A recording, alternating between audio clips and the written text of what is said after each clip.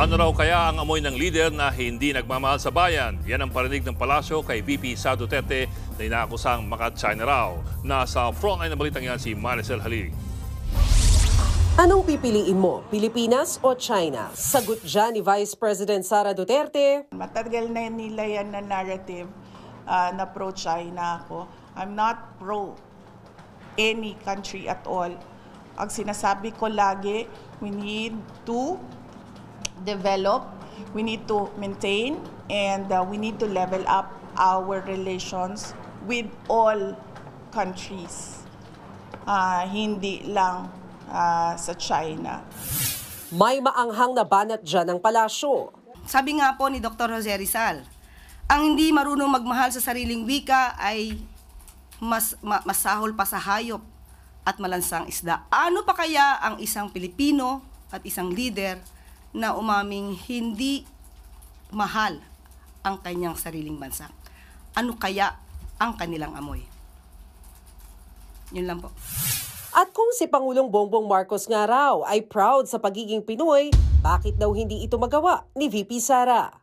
Ang Pangulo po taas noo at ipinagmamalaki na siya ay pro-Philippines. Sinabi niya na he will not yield even an inch of our territory.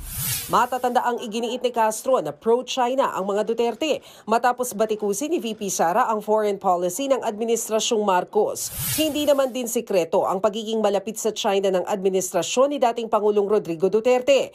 Pero giit ng bise, walang dapat kampihang bansa ang Pilipinas. You stand on your own and face China with regard to your issues in the West Philippine Sea. You don't lean towards another superpower and say na, oh, please help me because he is bullying me. Ano yun? We have our Filipino pride. Pero kung totoong wala raw kinakampihan ng mga Duterte, bakit laging tikom daw si VP Sara sa usapin ng West Philippine Sea? Sa pahayag ni House Deputy Majority Leader Paulo Ortega, madalas ay katahimikan lang daw ang nakukuha natin mula sa bise habang nilalabag na ng China ang ating teritoryo. Giit pa ni Ortega, ang record ni VP Sara ang makakapagsabi na pro-China ang kanyang pamilya. Nagbabalita mula sa Frontline, Maricel Halili, News 5. Mga kapatid, Ed Lingaw po, maging maalam at may pakialam sa mga napapanahong balita sa ating bansa.